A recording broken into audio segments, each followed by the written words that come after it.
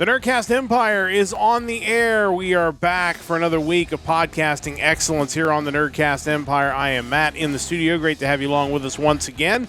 It is another episode of Music Weekly here on this Sunday evening. We are talking the music of August the 30th as we wrap up the new releases for the month of August and move into the month of September next week. This is episode 31 of our weekly music show.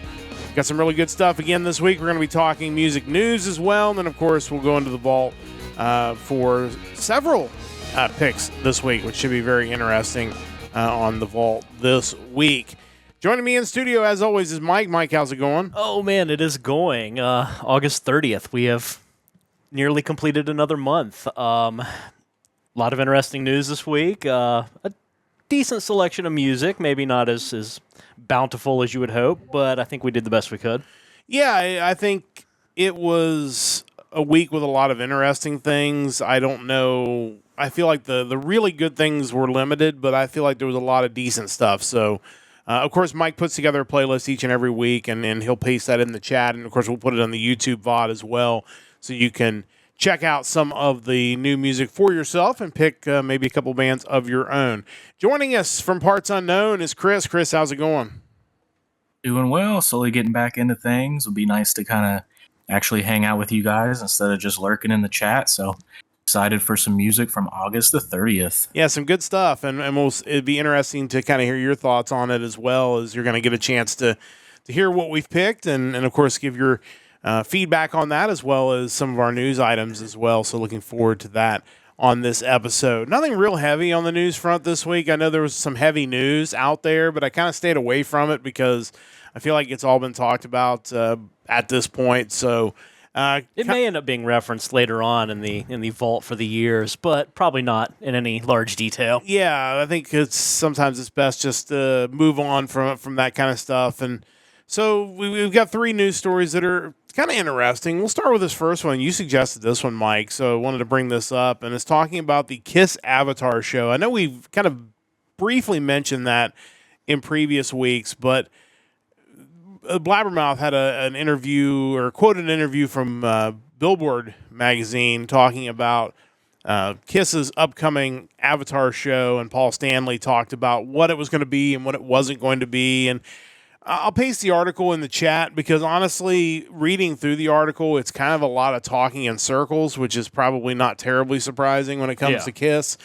But I think there are some interesting things. It talks about how their show is at least going to somewhat be based similarly to what ABBA has done with their ABBA Voyage show, although when you read the article, he talks about it's not going to be a concert and it's going to be some sort of interactive experience. And I have no idea what this is actually going to look like. If you get a chance to Google the ABBA Voyage, it is very fascinating as to what that is. Honestly, it's kind of creepy in some way, but it's been very successful. It's been sold out shows, but it's basically this hologram show.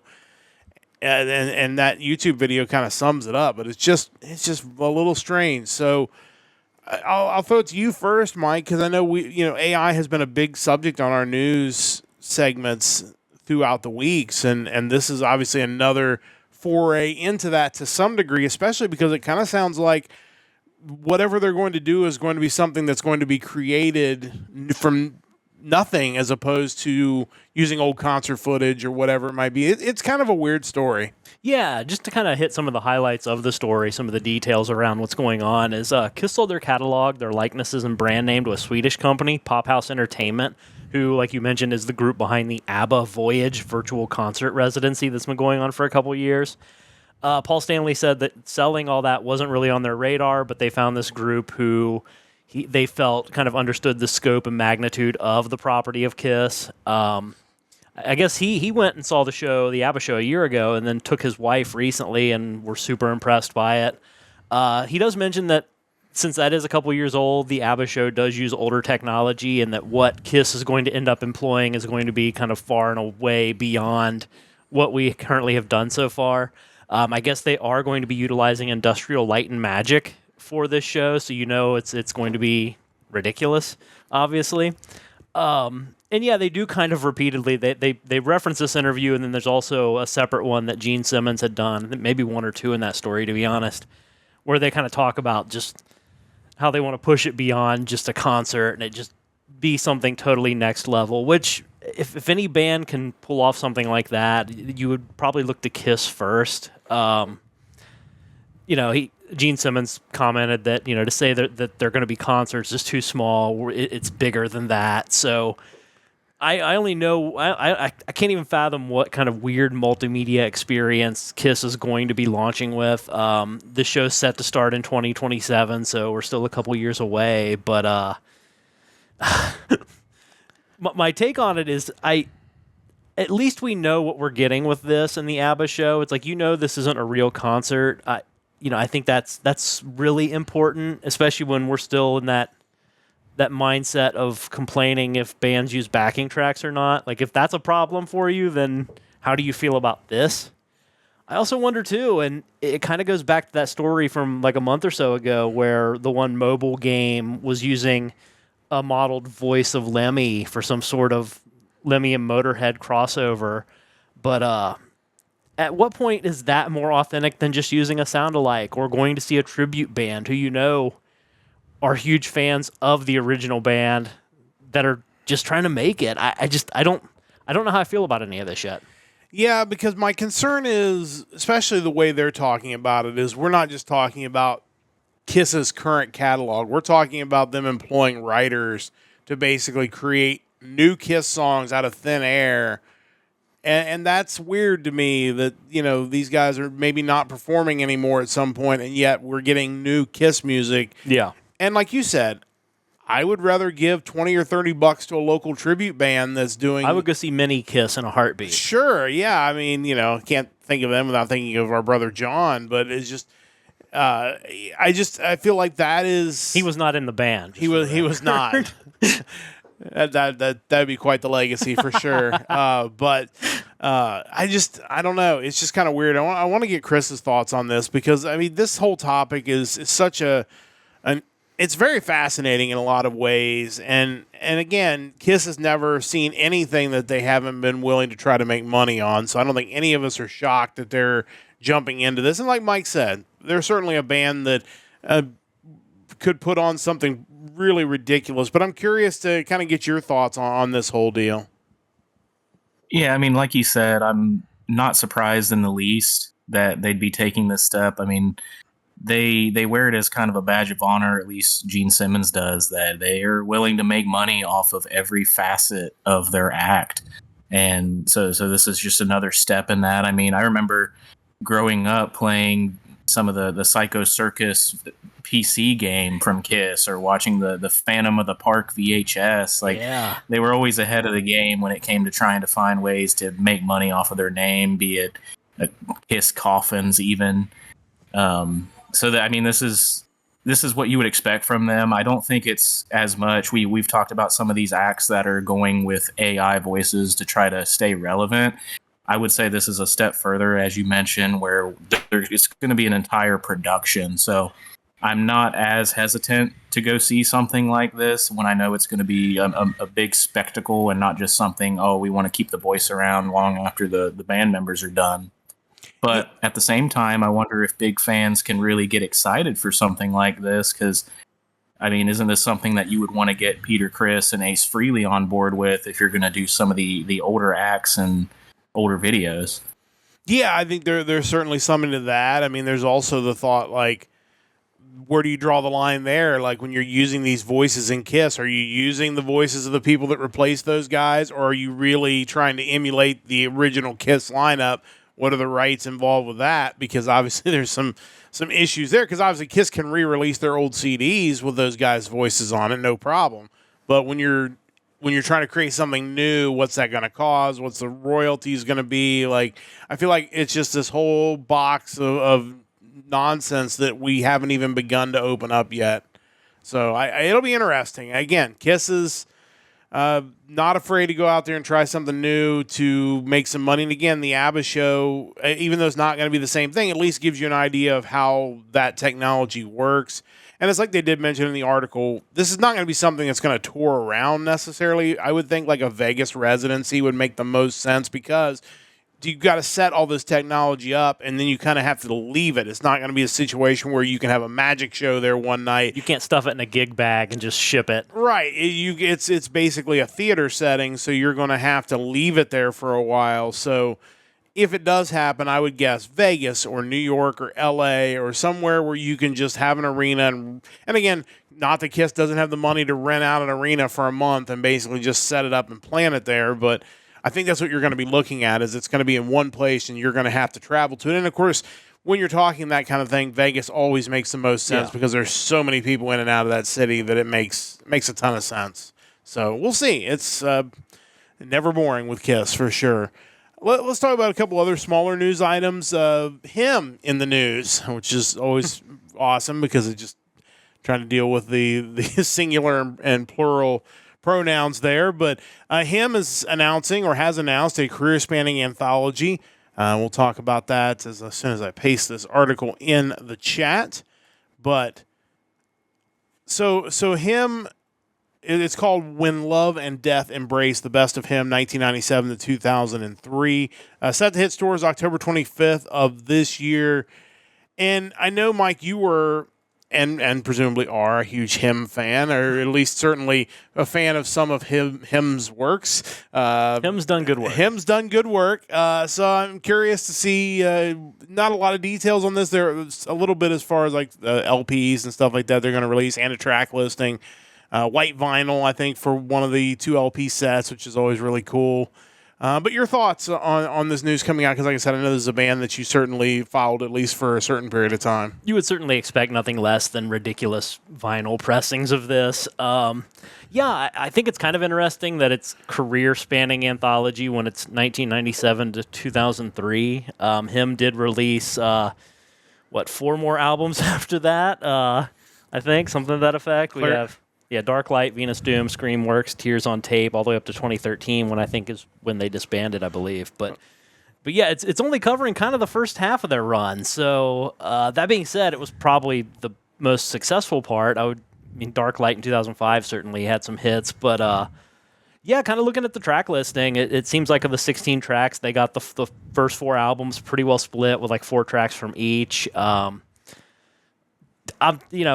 This is definitely going to be a good collection. That being said, I think the album Love Metal from 2003 is one that people should probably just listen to front to back. The other 3 are good too, but it to me was kind of the peak of them and that sound at that point in time. Yeah, certainly they have a very interesting sound, and I feel like they paved the way for a lot of other groups that kind of carried on. Bands that we've been talking about recently even, I think, owe a certain debt of gratitude to him and what he did with the gothic metal scene in the early 2000s. Yeah, it feels like, we talk a lot about Ghost, and I feel like that's a group that, I'm not saying directly influenced by him, but certainly there's a lot of crossover in the visuals and the things they're going for, like evil but not really type of music. Safe occult music, I guess. I don't really know how else to describe it. But kind of looking at the article, Him sold 10 million albums worldwide. One of Finland's most successful rock acts. And if it's still accurate, the only Finnish band to achieve a gold record in the United States. That's hard to believe. But they were definitely big in the MTV era around 2003, 2004. So, yeah, it should be good. I'm sure we'll certainly talk more about that when that release comes out and we do our show based on that. But Chris, I'm curious how much you got into Him and what your thoughts on Him as far as this collection here.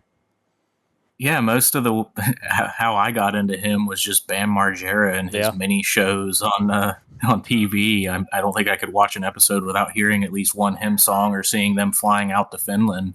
Interesting for them to release kind of this compilation after 7, 8 years of being disbanded. Kind of makes you wonder if there's any chance of maybe a reunion tour or something small. I know they said they felt like they didn't really have anything else to give as far as new albums go, but maybe there could be some sort of tour to accompany this album release. That'd be kind of nice and would be my first opportunity to go see them.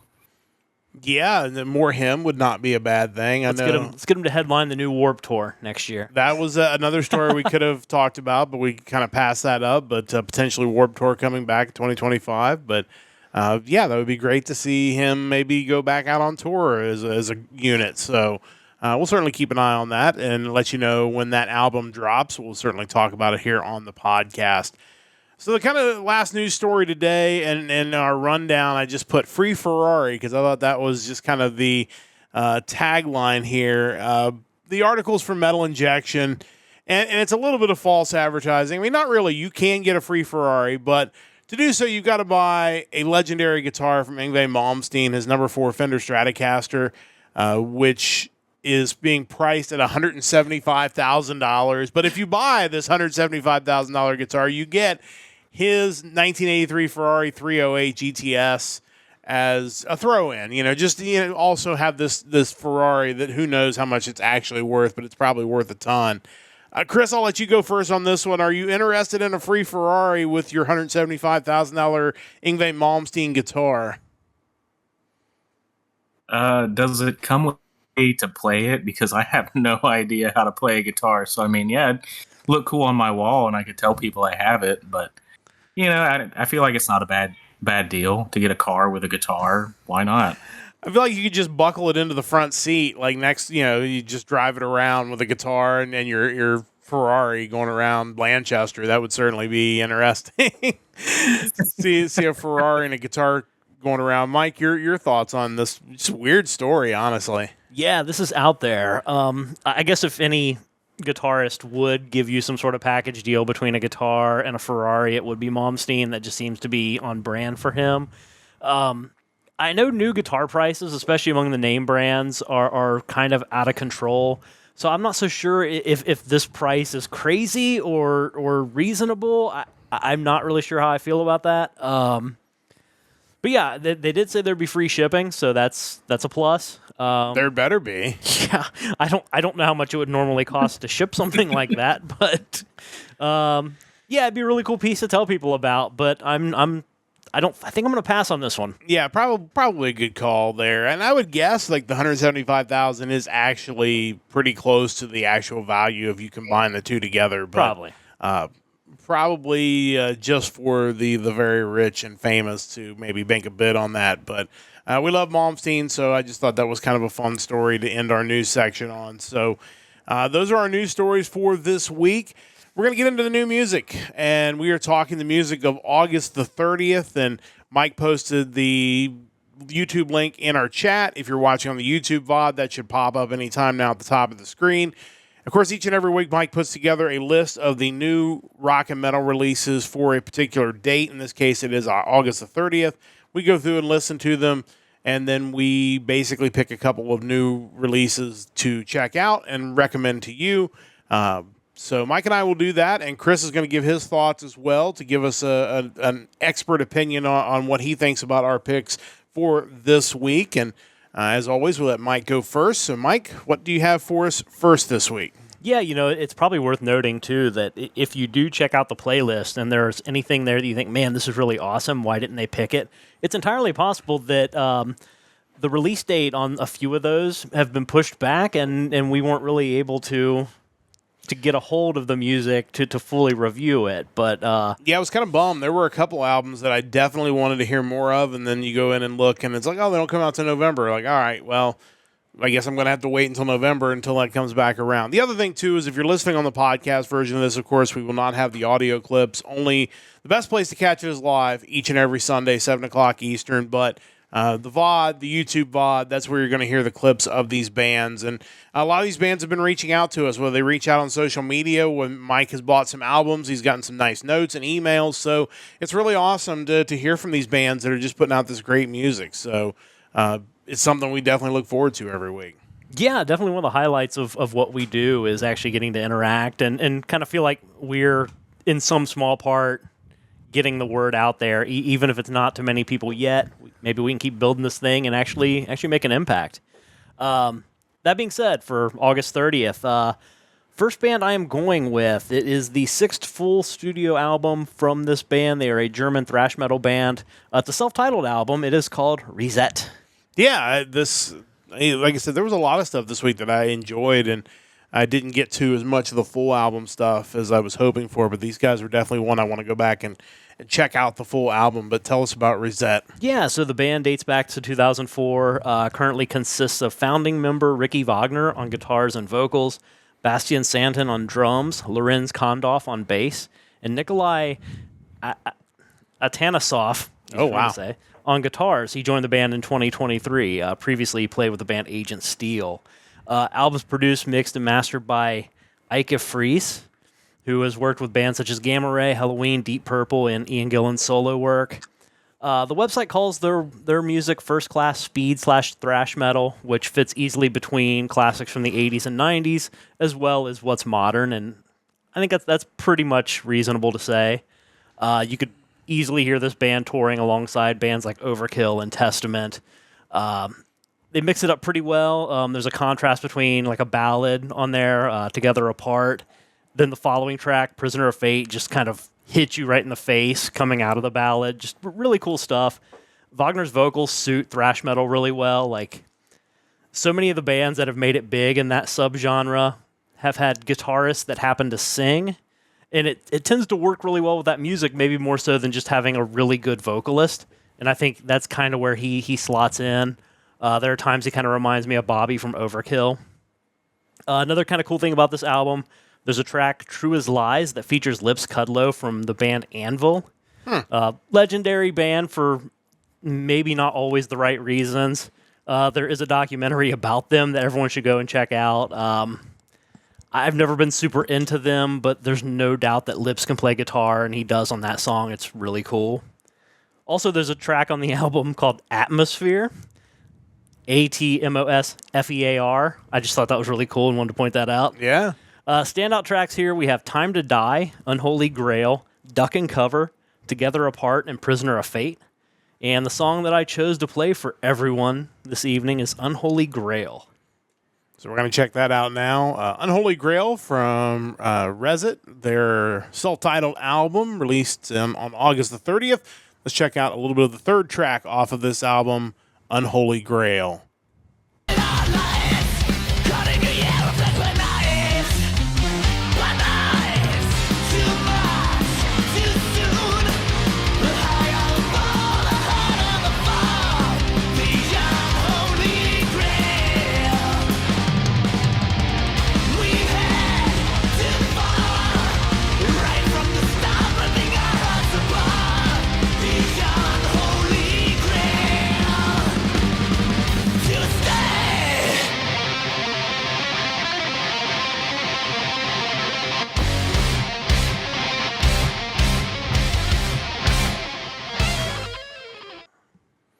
Yeah, I mean, you just want good, straightforward thrash/speed metal. Like you're getting that. It definitely sounds like an album that could be out of a different era, but it also still works today, and just really enjoyable stuff. And again, if you're into that type of music, I think you're going to find the whole album pretty much right up your alley.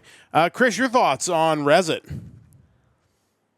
Yeah, it gave me vibes of kind of a gritty side to power metal, and not too surprising seeing the producer having a hand in Halloween and some other acts that were similar. And also just love that they went with what looks to be the Accept font for their band name. Always love the shout out to Accept there. But no, I liked what I heard. Like I said, I'm still kind of getting into power metal, and like I said, that seems more on the gritty side of things, so I could definitely see myself listening to more of that.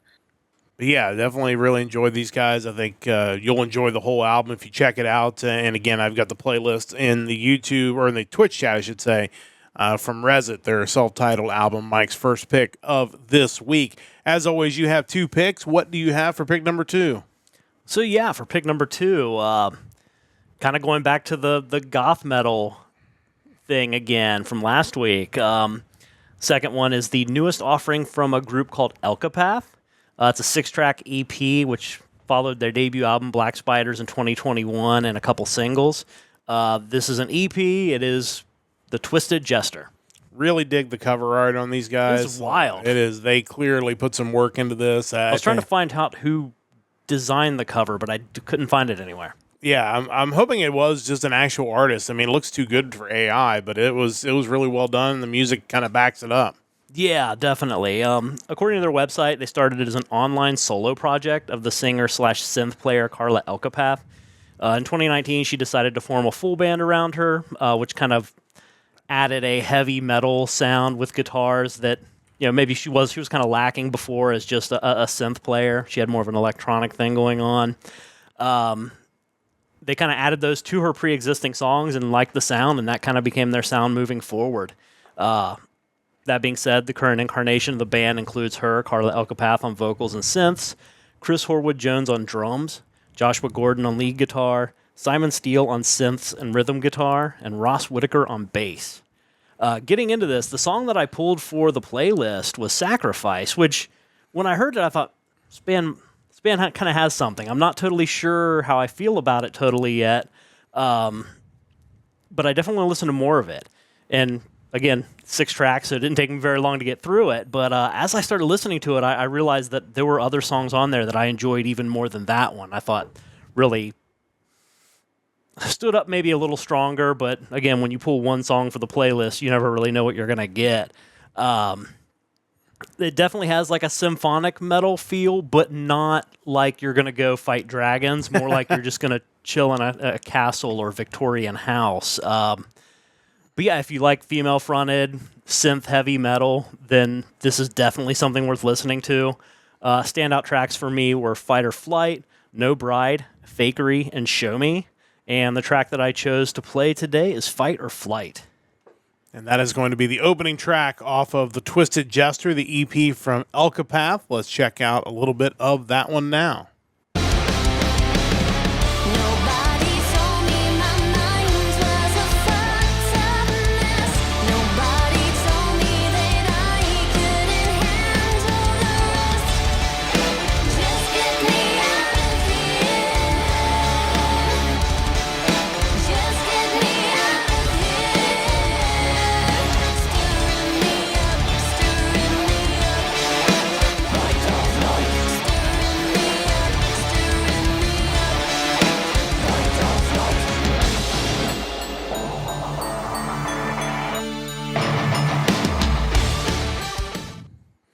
There's definitely some variety there. Like you said, Yeah. It's not kind of that straightforward medieval feeling rock. Like there's some elements of it there, but there's also it's, I don't say it's a little more progressive. Like there's definitely like a variety of instruments in there that kind of fill out the whole sound as opposed to just like it isn't like orchestral bombast that you expect with some like symphonic metal bands. I feel like there's a little more of like electro, almost industrial at times feel to it. It's different enough where it doesn't just feel like another synth or symphonic metal band with a female lead singer. Yeah, totally. And we hear so many of them on these playlists each and every week that when you hear a band like Elkapath, they really stand out and in a good way, that they kind of rise above the crowd of bands that just kind of all sound the same. Chris, your thoughts on Elkapath? Yeah, between the visuals and the sound, it kind of gives me an atmosphere of almost something similar to American McGee's Alice, just this dark, twisted take on fantasy. Really like it, and as you mentioned, the artwork for the album is amazing, and the artwork for their album Black Spiders as well. I'm sitting here looking at their merch and definitely interested in getting anything that has any other artwork on it. They've got a lot to offer here. So like we've mentioned many times before, if you're into these bands, definitely go to their merch sites, buy their albums, check them out, give them a follow, buy their merchandise. Yeah, 100%. And a lot of cases, as Mike has found out firsthand, when you do that, they leave you really nice notes and they really care that people are buying their music, and especially physical copies, because I'm sure a lot of people just download things off of Bandcamp or wherever. But if you're actually willing to buy the physical release, I feel like these bands are like extra grateful that you do that. So definitely check out Elkapath. Really enjoyed what I've heard from them so far, and I think people will really enjoy their LP. I've got 2 picks as well this week, and we are starting off with some AOR, because why not? That's kind of up my alley. And we're starting in Sweden, because why not? It's one of our most popular countries. It sure is. This is a band from Sweden that was formed during the pandemic. They are Nighthawk, and their new album is Vampire Blues. It was formed by bass player Robert Made as a project where he was able to get to play some guitar, work with some different musicians. He brought in Linnea Vikström from Thundermother on vocals, Robin Eriksson from the Helicopters, and Peter Hermansson on drums. They've also worked a little bit with some other vocalists as well, including Bjorn Strid from Soilwork and the Night Flight Orchestra. In fact, according to the one article I read, they may be releasing another new album with Bjorn coming up soon, maybe in 2025. So we may get another release from these guys. But this is just straightforward, I don't want to say classic rock, but it has just a classic AOR sound.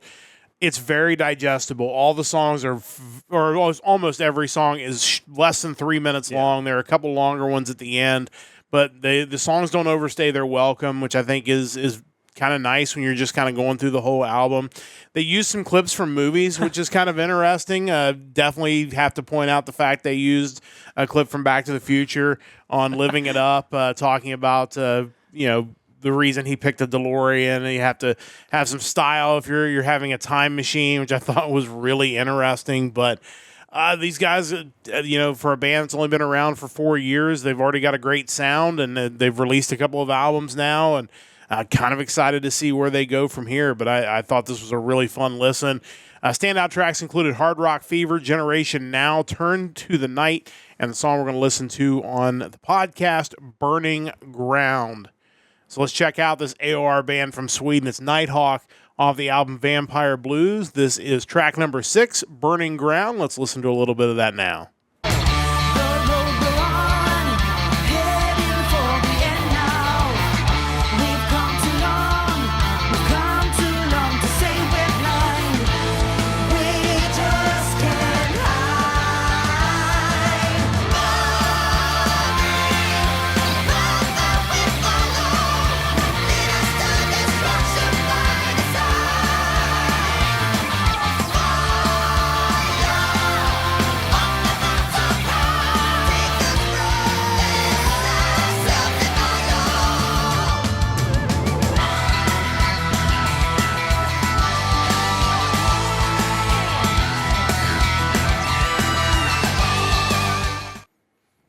I wasn't able to find like a ton out about this band. There wasn't a lot of articles about these guys, which is kind of a shame, but I can only imagine some of their influences because there's such a wide spectrum of sounds from like that one almost sounded like 70s rock in some cases.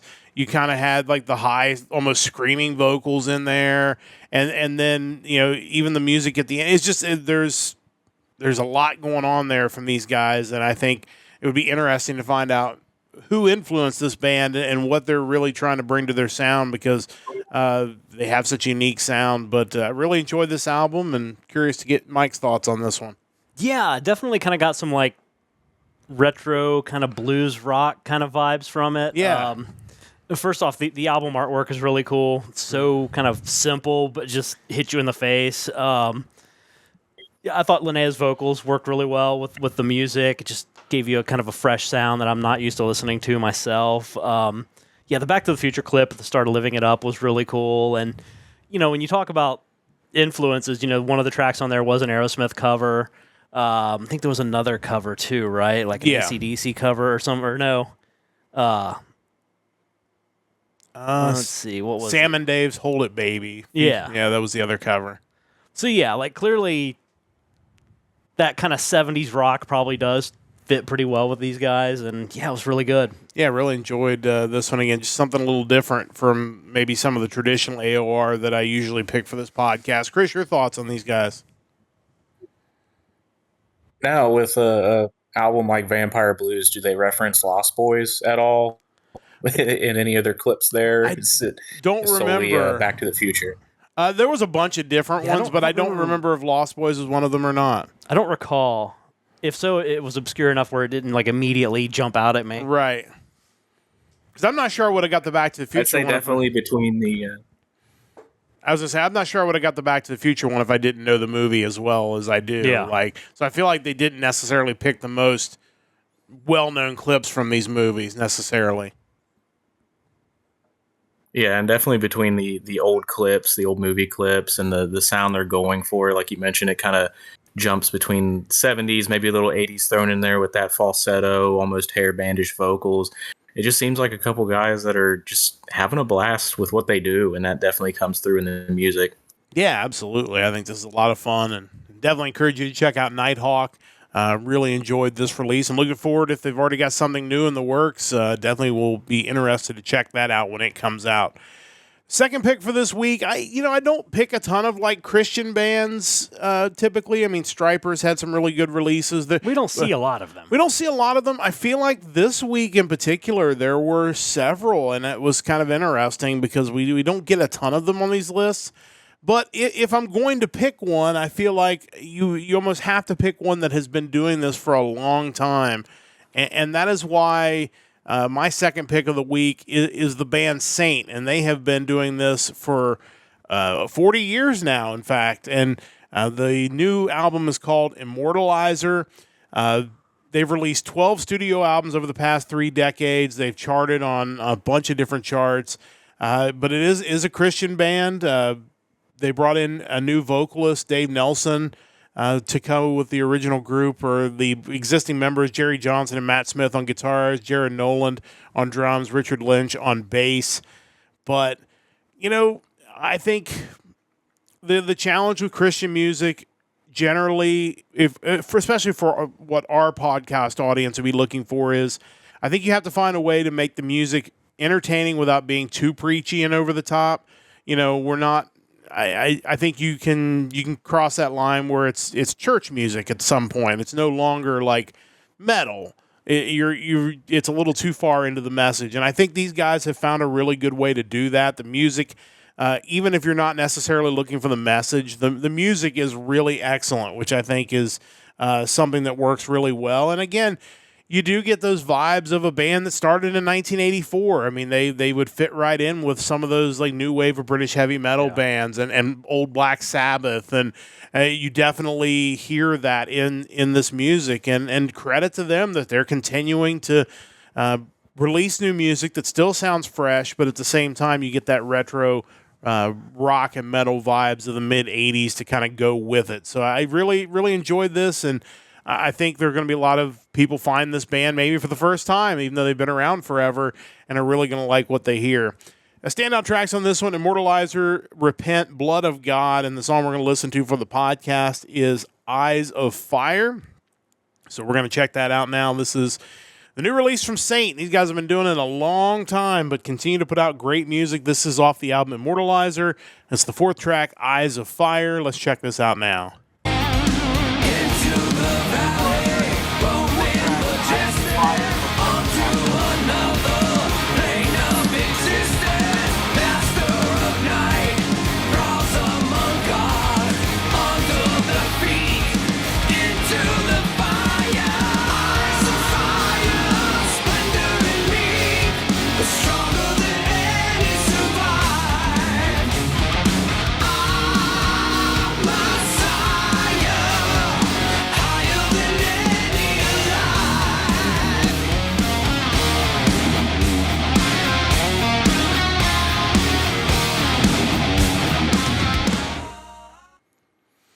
And honestly, I don't know how many like Christian metal bands there are out there, but these guys clearly have that retro sound that fits in well with again a group that came from the mid '80s, but also still sounds great all these years later. And the new vocalist clearly fits into what they're doing. The guitars sound really, really good. So I was really impressed with this release from Saint. Mike, your thoughts on it?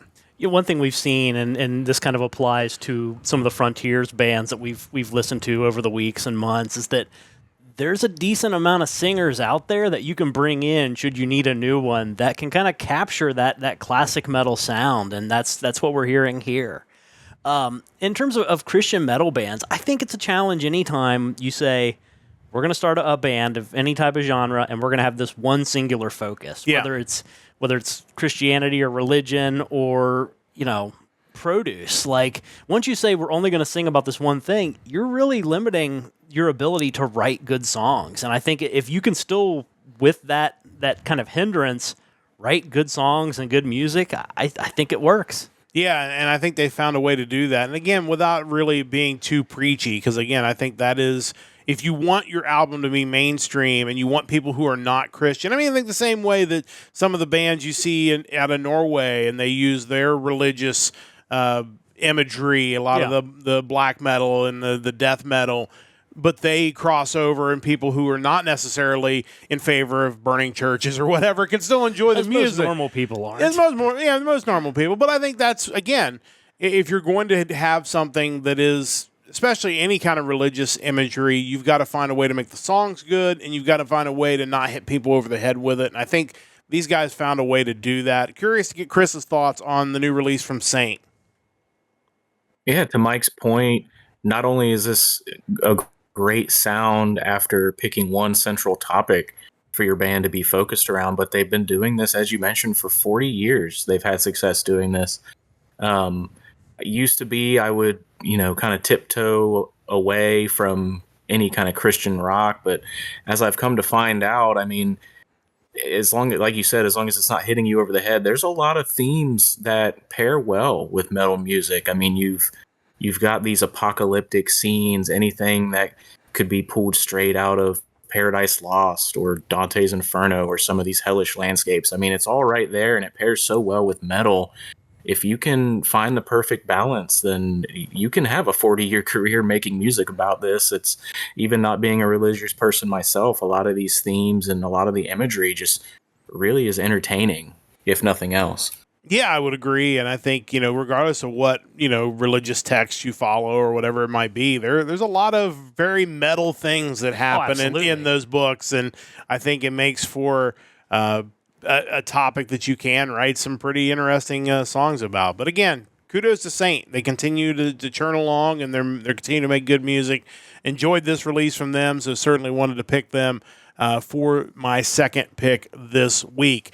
That gets us through our new music from August the 30th. Don't forget to check out our website, nerdcastempire.com. Of course, you can listen to previous episodes of the Nerdcast Empire, which, as we approach episode 100 here very soon, you can go back and listen to the first episode and see how much we've improved or not improved over 96 episodes. I think it's gotten better, but you can find that for yourself by going back and listening to the early episodes. And of course, we're going to continue to make new episodes. We'll be back Wednesday night, one day early this week, for our, what normally is Anime Thursday, is going to be Anime Wednesdays this week. We're talking fall 2024 anime coming out soon. The fall season right around the corner.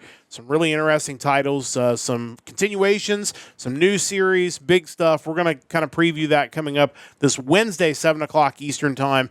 And then next Sunday, we'll be back with another episode of Music Weekly, the music of September the 6th coming up next week. So we are into the month of September, which is kind of crazy, honestly. But definitely looking forward to another great week of music here on the Nerdcast Empire. Next week, I can talk about a release from early September that I have right here in the office. That one of my favorite Japanese bands released a Blu-ray and multi-disc collection, and I ordered it from CD Japan, and it came, I believe, before Street Date. So we can talk a little bit about that next week, or maybe we'll talk about it Wednesday. I don't know. It certainly could fit in on either show. We'll get to that coming up in the next week. But it's time to go into the vault, where we will bring you some classic releases. And normally it's just one for Mike and one for me, but I cheated this week. So we'll let Mike go first and talk about his vault pick. And again, kind of remind you of what he's doing with the vault pick now, his kind of second trip through the alphabet. And then we'll get to what was an amazing year in music in 1995. But Mike, let's start with your pick from the vault. Certainly. So yeah, going back to my new trip through the alphabet and the vault, kind of looking for a new gimmick, I stumbled into this list on Wikipedia of glam metal bands alphabetically. And I thought, hey, this could be a good opportunity for me to go through and maybe discover a new band, or at least kind of get better acquainted with one that maybe I know their hits, but I'm not super familiar with everything they've done. We've gone through A, B, and C so far. It's gone pretty well with Alias, Black and Blue, and Contraband. Moving on to the letter D, there were some choices that I could have made just based on things that I currently own.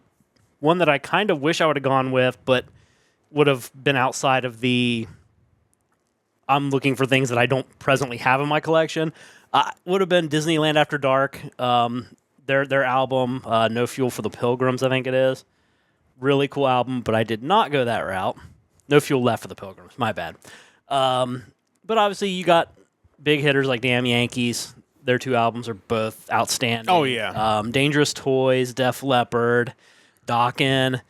I steered away from those. The band I ended up going with had a couple hits. They're at least somewhat notable for that. They kind of came on, not so much at the end of the because they were around since the mid '80s, but their first album hit in 1989. They are from Queens, New York. They are Danger Danger, and I have chosen their self-titled debut, Danger Danger. You know, this was a group that I feel like there was a radio station in Dayton that used to play hair metal at like 10 o'clock at night or whatever. And I feel like this was one of those groups that I think I first heard on this program, probably Naughty Naughty or Bang Bang. They're both on this album, but two of just all-time great songs from that era. And these guys... certainly underrated for sure. Yeah, and that's kind of the weird thing too, is you have a band, Danger Danger. Their two biggest hits were Naughty Naughty and Bang Bang. Yet, going through the rest of their discography, not once after that did they try a two-word song title using the same word twice. I think they probably hit on something, and they probably should have given it another shot. Yeah, maybe missed out on a potential additional hit. But, you know, these guys are still active because I noticed they've got a Facebook page and evidently still touring, so that's good to see. Yeah, I think the last time I saw them with dates on Setlist FM was 2020, but they seem to be out there doing it to some degree, so that's always encouraging. Anytime I pull up their Wikipedia and it says they are a band and not were a band, I think we're good. Anyways, band was formed in 1986 by vocalist Mike Pont, bassist Bruno Ravel, drummer Steve West, and initially featured Al Pitrelli, which I thought was interesting because I know him more just from his time in Megadeth. I mean, he's obviously done a crap ton of other things since then. Kind of interesting looking into him. I didn't realize that he went to Berkeley and actually roomed with Derek Sherinian, who spent time as the keyboardist for Dream Theater. Yeah. So I just wonder if you look back, like how many just huge musicians from that time period went there and studied there. Also kind of cool that I guess Al Pitrelli also performed with Michael Bolton before he kind of became the soft rock guy when he was still wanting to kind of be a rock star. So that was kind of a neat little tidbit too. Danger Danger's lineup seemed to shift a lot in the early days, so by the time they got around to their first album, the band featured Ted Poley on lead and backing vocals, Casey Smith on keyboards, Bruno Ravel on bass guitar, backing vocals, and cello, Steve West on drums, and Andy Timmons on guitar. As we mentioned already, the album had two hits, Naughty Naughty and Bang Bang, and kind of off the success of that, they went on to tour with Kiss, Alice Cooper, Extreme, and Warrant. They fired Ted Poley in 1993 and went on a hiatus from like 95 to 97, but kept going after that and eventually brought back Ted Poley in 2004. Probably not too surprising given the nature of this band, but and just themes that seem to recur in our podcast. They released an album in 2009 on the Frontiers Records label. Of course. Not shocking at all. And they've been touring since, but you know, I was only familiar really with those two songs, and just based on some of the song titles, I kind of expected maybe a little more kind of sleaze rock vibe from these guys. But man, their sound is just super polished. Like it almost feels like maybe a bit heavier Survivor. Standout tracks on the album, though, you have Naughty Naughty, Under the Gun, Don't Walk Away, Bang Bang, Rock America, Feels Like Love. If you're feeling nostalgic for music from 1989 and you want something that's just good quality rock, then I would definitely check out Danger Danger self-titled. Yeah, I need to go back and listen to this whole album. Obviously, the two hits are both Two big hits. Bang Bang, I think, is underrated. Like, the actual like guitar melody of that song is so cool. Yeah, it's definitely one of those ones. I think if you only hear the chorus, you don't really appreciate how good that whole song is. Yeah. It's really good. I was going to mention the Al Pitrelli thing, because Tony Bruno Ray was brought in to be a guest guitarist on this album, and he's worked with Billy Joel, Janet Jackson, Enrique Iglesias, Joan Jett and the Blackhearts, Taylor Dane, and Rihanna. So, like, that dude, he also, I'm pretty sure, did backing vocals for Joe Lynn Turner's album Undercover in 1997. So, again, like you said, a lot of these musicians is just like a pool of these really talented people that just kind of went from act to act. They may not be household names to just the average music fan, but they've had just really good careers. Yeah, it's nuts. One other kind of interesting thing about this is the album artwork, which is kind of cool looking, kind of has this like old school comic book vibe to it, I think. But the artwork was done by Mark Ryden, who he's a really big deal in the art community, evidently. He was dubbed the godfather of pop surrealism.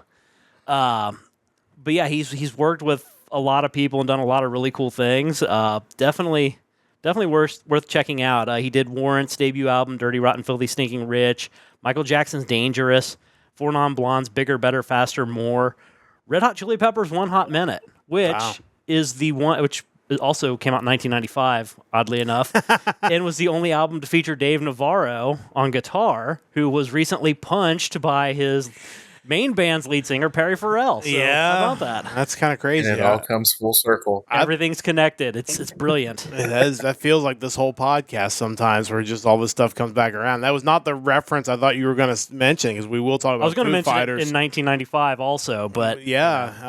But Chris, I'm curious your thoughts. I don't know if you've had much of a chance to at least hear the hits from Danger Danger, but your thoughts on that. Yeah, I've listened to Danger Danger here and there. I think the first time I actually heard them was riding along with Mike. I think on Sirius XM, Bang Bang came on, and it actually made me question whether or not that was the whole central theme, was that, does this band just do 2-word song titles? Like, that's their thing. I'm sad it's not. It'd be a great I feel like they could have had a great career with it. But yeah, I was instantly drawn to the artwork because this is my first time seeing it, and it has the stereotypical girl on the cover that you would expect from the glam metal days, but I just love almost the film noir background, just the brooding man off in the distance. And props to Mark Ryden for that artwork, just kind of adding on to what you've already listed. He's also done a couple covers for some Stephen King novels like Desperation and The Regulators. So definitely some amazing artwork there, and an underrated glam metal, hair metal band, I'd say. Surprised I love that they're still around, that they have a lot of their original members or first members are still kind of hanging in there and have returned to the band. But surprised that this band wasn't more in the forefront, beyond 1989. Kind of feels like another one of those bands that maybe were a victim of bad timing in some ways. Because obviously Al Pitrelli leaves, even though this album hits right after he leaves. But, in that late 80s, early 90s, you end up in that gray area where it's like this music starts fading out early in the 90s. And that certainly didn't help a band like this that maybe didn't have that follow-up with the big hits in the early 90s that would have kind of maybe kept them around in the forefront a little bit more than what they were. Yeah, when you look at their discography, you had Danger Danger, the self-titled in 89, Screw It, which I think had some marginal success in 1991, but they didn't come back with another album until 95. Yeah. So by then, you're kind of too late. Yeah, unfortunately, that's when the music kind of changed. But yeah, Danger Danger, awesome stuff. That album is a certified banger, so definitely check those guys out. And if they're touring anywhere near you, check them out live. I'm sure they're still a lot of fun to see in person. Well, it's that time of the podcast where we tell you about all the great albums from a certain year. This has been my gimmick. It started all the way back in 1969 when I talked about the Chicago Transit Authority. Who would have guessed we had a podcast back then? Yes. The first album from Chicago. And we've gone year by year. And as we've gone along, like, the years have continued to produce more and more big albums and albums that are important to us. And there have been a lot of weeks where we've said, like, it's hard to pick just one. And this week I couldn't. So I picked 3. I probably could have picked 10, or I probably could have picked 15 that we could have spent a whole podcast just talking about 1995. You could have picked the Goo Goo Dolls. I could have, and we're going to talk about them here in a moment because we have the honorable mentions off my list, and then we'll talk about the 3 I picked, and then you can go through some additional ones, and we'll get Chris's thoughts as well because, again, it's kind of interesting getting Chris's thoughts as someone of a younger age. But here are some of the didn't quite make the cut, but definitely worthy of a mention. Jules, Pieces of You came out in 1995. With Who Will Save Your Soul, Foolish Games, You Were Meant for Me. Like, those were mega hits. Yeah, that album was everywhere at that point in time. Firehouse's 3, did want to mention that because there's some good tracks on here that I feel like just kind of got shuffled just because, again, as you talked about, some of these bands, when you get into the mid-90s, didn't really get the releases. But I Live My Life for You and Here for You, No One at All are on this album. That's a good album. It is unfortunately not, and maybe not thought of as well as some of their older albums. It's kind of like with all these bands trying to shift their sound around, they tried to go for more like the soft rock era that was still kind of thriving to some degree. That's I didn't feel like that album rocked as hard as the first 2. Yeah, there's no question. I think it definitely is a softer sound. Megadeth's Hidden Treasures came out in 1995, an EP, but a lot of great stuff on here. Some great cover songs, some stuff that appeared on soundtracks that basically didn't get a true album release, kind of made their way here. Like 99 Ways to Die, Angry Again, Go to Hell, Breakpoint. And then you had covers of No More than Mr. Nice Guy, Paranoid, Problems. There, of course, we had bonus tracks in 2007 Japan that included a Two Le Mans, Symphony of Destruction, Architecture of Aggression, and New World Order. But, I mean, as our resident Megadeth expert, certainly another classic release from these guys. They kind of put some stuff together that was in different places.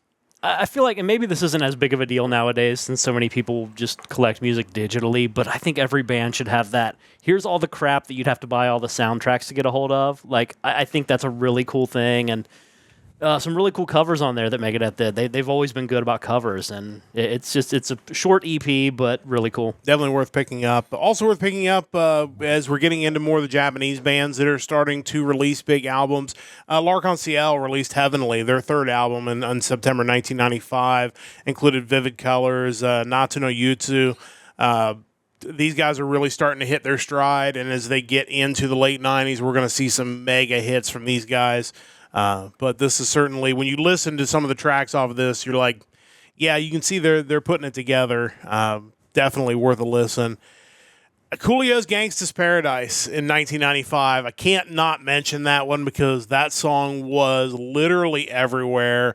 But it also, that album included 1, 2, 3, 4, which is so classic. Like, Gangsta's Paradise was everybody's favorite. And obviously, you got the Weird Al parody, Amish Paradise, that came out in the same year. But 1, 2, 3, 4 to me was always, it was a more fun, like, listen along, sing along type track. Yeah. More upbeat, obviously, than Gangsta's Paradise, which is a serious story. But when Gangsta's Paradise comes on today, I will listen to it. Like, it's just like, it takes you back to 1995. A lot of the songs on this list have that quality for sure. But, definitely worth mentioning those guys. Bees released Loose in 1995. The album sold 1.3 million copies in the first week. It was the duo's highest-selling studio album. Had a blues cover of Bad Communication on there, which is interesting. Also, you had Nagai, Love Me, I Love You, Love Phantom, some of their big hits off of that album. But those guys obviously produced a ton of great music, and this is another big release from those guys. Yeah, rock legends, for sure. No doubt. Jagged Little Pill from Alanis Morissette, June 13, 1995. I would say this is an album, as some of these on this list in this era will qualify, I probably enjoy more now than I enjoyed it even when it came out. Like, there's some songs that maybe were so overplayed at the time that it was like, I just don't need to hear this anymore. But the track, when you look at the track listing, All I Really Want, You Ought to Know, Hand in My Pocket, Head Over Feet, You Learn, Ironic, and then another version of You Ought to Know at the end, an a cappella type version. But it's just like, mega hit after mega hit from Alanis Morissette on this album. I could probably still do without hearing Hand in My Pocket and Ironic, but some of those other songs, I think I've kind of warmed back up to them. Yeah, like I said, a lot of them were very overplayed then, but yeah, some of them I think definitely worth a listen at this point.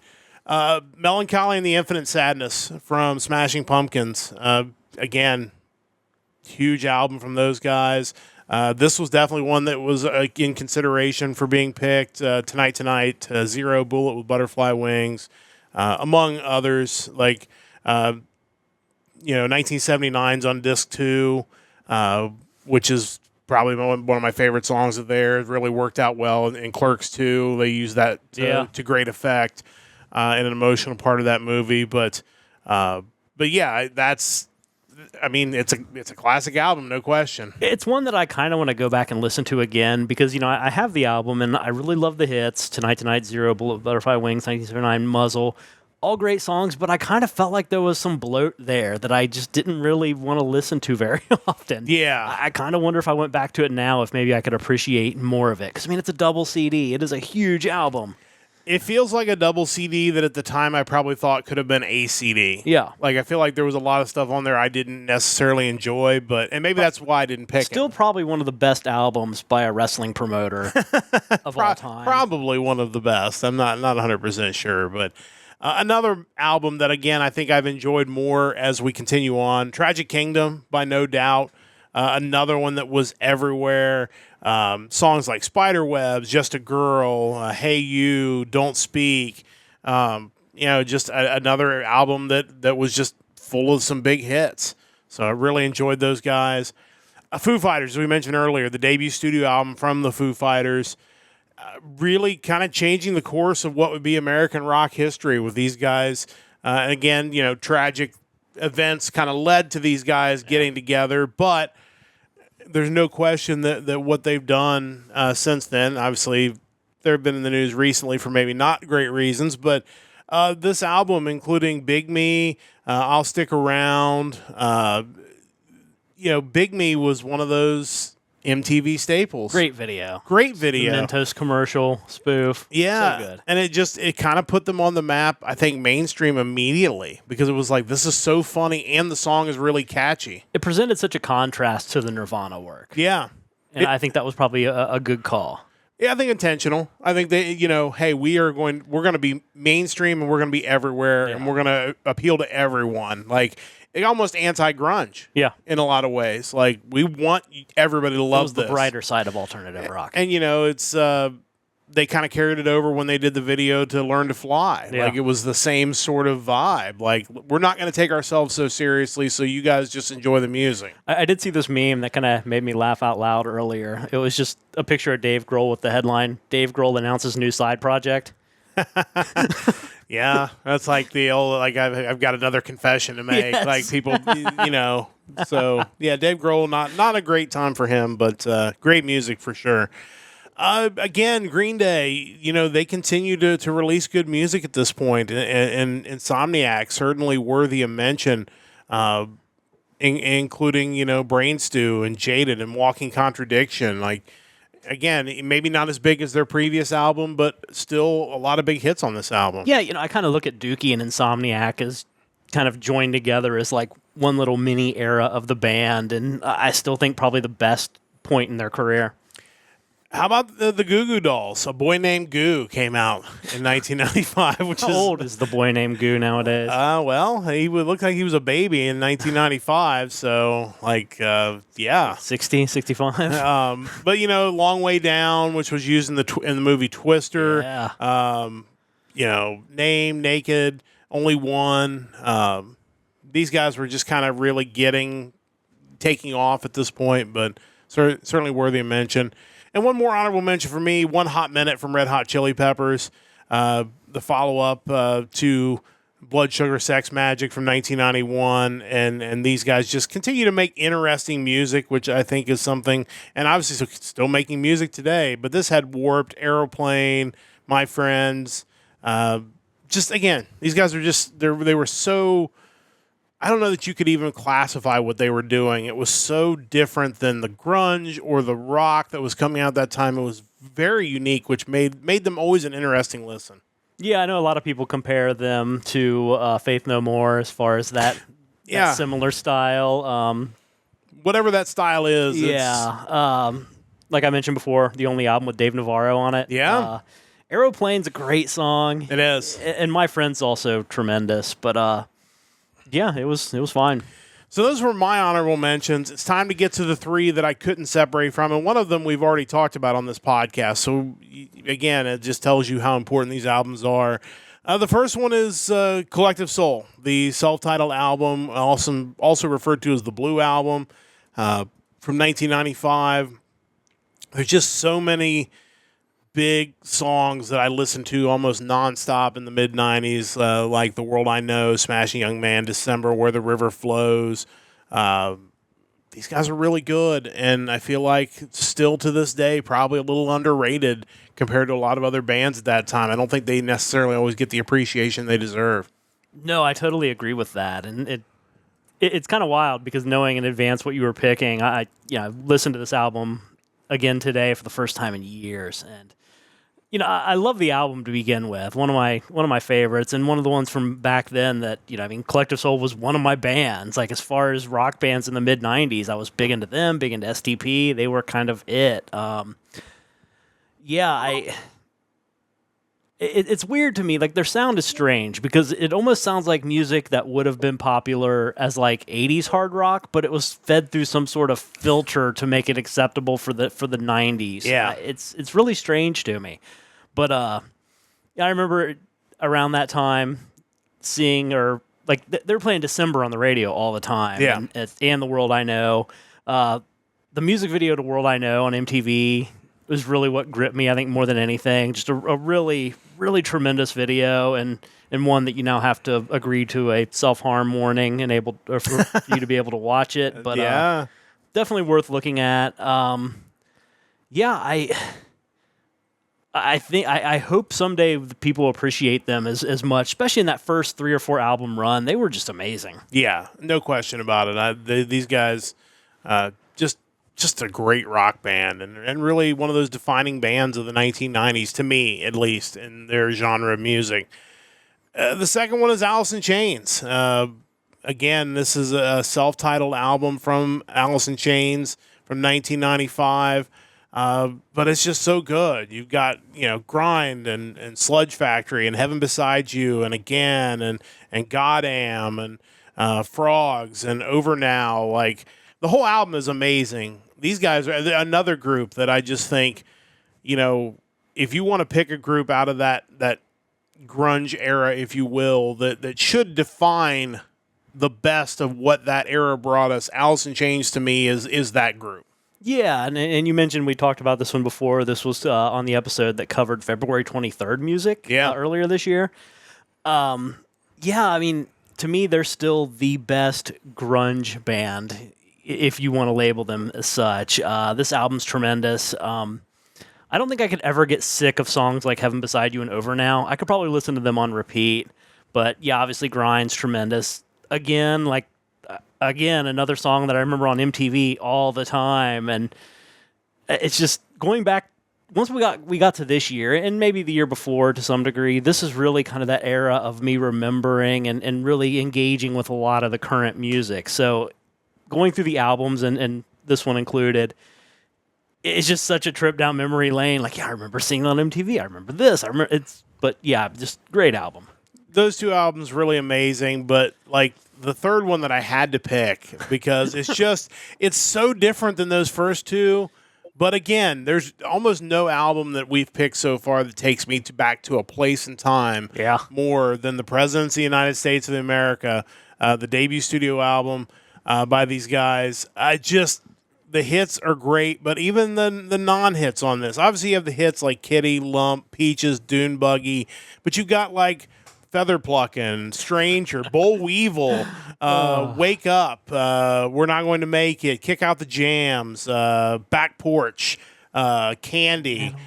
Yeah, it's just you can't go through the titles and not start wanting to sing them. It's totally. I mean, and the songs are so simplistic and rudimentary, basic. But incredible somehow. And you told me in your research for this, the lead singer went on to make children's music, which makes total sense when you hear this stuff. Yeah, when I looked up the album on YouTube to give it a quick listen, what came up was this channel called Casper Baby Pants. I'm just like, I don't think I want to go to the channel Casper Baby Pants. And come to find out, that is the name that Chris Ballou, the lead singer of the Presidents of the United States of America, goes by on YouTube as this children's music artist. Yeah, that's amazing. But again, when you listen to the music, you're like, these could all be kids' songs with like exceptions of some of the lyrics, like the vibe and just the simple instrumentation. Yeah. It's very much like in Kitty, obviously. Parts of Kitty you wouldn't want to use as a kid song, but they're just like meowing. It's just like, my God, this is children's music. And I think if you want to tell people like what MTV in the mid '90s was like, you just need to go back and watch the video to Lump. Yeah, like or Peaches, but like they somehow captured that feeling so well. It just it makes me nostalgic for this era when I was in high school and really kind of falling in love with music of that era. These guys were a big reason why. Before we get to your honorable mentions, the ones I left out, Chris, I wanted to get your thoughts on the 3 albums I picked. Because again, I mean, I know you as a longtime rock and metal fan. These are also bands that you certainly, to some degree, hold in high regard.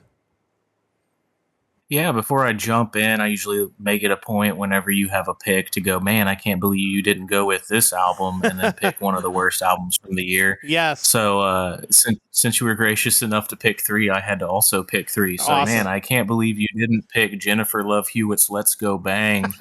Wow. Hulk Rules by Hulk Hogan and the Wrestling Boot Band. Oh. That might be decent. Or David Hasselhoff's self-titled album, David Hasselhoff. You know what? I bet that's not as bad as you think. I mean, David Hasselhoff did all of his best work leading to like the Berlin Wall coming down, right? Wasn't that his thing? Like he was huge in Germany, and he was the one that really facilitated the entire end of the Cold War or something. I don't know. I feel like there was something like about that. But he was super popular in Germany in that time. So I'm sure that if you look at the Wikipedia page for that album, I bet it sold really well in Germany. I bet it hit the top of the charts. But yeah, those are all very solid picks. What do you think about the 3 picks that I had in the vault? Yeah, jumping into your actual picks, I know I already kind of touched on the self-titled Alice in Chains album. Just amazing that album got released at all, and that it is still such an amazing album. The 3-legged dog on the cover just being symbolic of them missing their leg, and Lane Staley, who was pretty much on death's door at that point, and much power behind his voice, even though his body is nearly gone away from us. Goddamn, off of this album, might still be my favorite Alice in Chains track. And as Mike said, I still hold Alice in Chains as the greatest of the grunge bands. I feel like much with the big 4 in metal, you kind of transition through your life. I feel like a lot of people start out with Nirvana, just kind of that poppy mainstream, and as you get older, you just come to appreciate bands like Alice in Chains so much more, much like I've come to appreciate Megadeth so much more. Collective Soul, I feel like anybody that goes through their first time kind of checking out 90s as a decade has to go through Collective Soul in some fashion. You have to go down that road. And I can still remember just riding along as a youngster with my sister Mandy, just listening to this album, December especially, just on repeat. This Everlast, just this is quintessential 90s that it's a rite of passage. And Presidents of the United States of America, this self-titled album, I mean, I wouldn't say necessarily as much of a quintessential, you have to listen to this, but I feel like once you start, you can't stop. It's stuck in your head. And like you said, the airplay, and if you wanted to describe what MTV and VH1 and all that was like during this section, this is the best descriptor right here. I mean, Lump and Peaches will get stuck in your head for days, and I definitely get it stuck in my coworkers' heads every time I play it. Great 3 albums, all self-titled albums, and kind of gives me some ideas if I want to change up my gimmick for once I start coming back with some vault picks. Maybe I could center it around some of these amazing self-titled albums. That's a good one. Yeah, that's a really good idea because there's a lot of really great ones out there, and some that maybe people don't even realize are self-titled. I mean, the Collective Soul album, a lot of people don't realize that's the actual title. Obviously, the Black album, people just call it the Black album when it really is a self-title. But there's always albums I don't get because, again, at some point you have to cut this list off. But Mike has gone through and kind of picked up the best of the rest. So what else do you have for us? I kind of wanted to touch on one more thing about the Presidents real quick. Going through the album again, I couldn't help but just laugh out loud when it was the opening line to the song Stranger. It's just like, you, Leonard Skinner hat, and me, little kitty. Just like, who writes that? Like, where does that come from? Like, who thinks of that? They were on a different plane, whether it was naturally or chemically. Like, they were out there in a place that other people were just not. But that being said, their cover of MC5's Kick Out the Jams is a legitimately good cover song. Yeah, those guys were talented. I mean, don't let the simplistic writing and basic song structure make you think that they weren't really good musicians too. And I think kind of the Alice in Chains versus Nirvana argument, this is just my thoughts on it. At times I think Nirvana is more of like juvenile angst, whereas Alice in Chains is a little more of a mature suffering that they're singing about. And I think as you get older, you can't help but kind of gravitate toward it more. There are many days where I definitely understand exactly where they were coming from. Definitely feel that adult suffering. Yeah. Very, very much. No, I 100% agree with that. But I think that's probably why Nirvana hit with people our age in the 90s because we were all young. It's like, it is the it smells like Teen Spirit. It's that high school angst that you're going through. So I kind of get it why people of our age kind of still look at them in a certain way. But and I realized I was listening to like Foreigner, Queen, and the Presidents of the United States of America. So I'm not better than anybody. That's just how I feel about it. Yeah, exactly. That being said, jumping into albums from 1995 that you clearly overlooked, and it's fine. It was a long Wikipedia page. It sure was.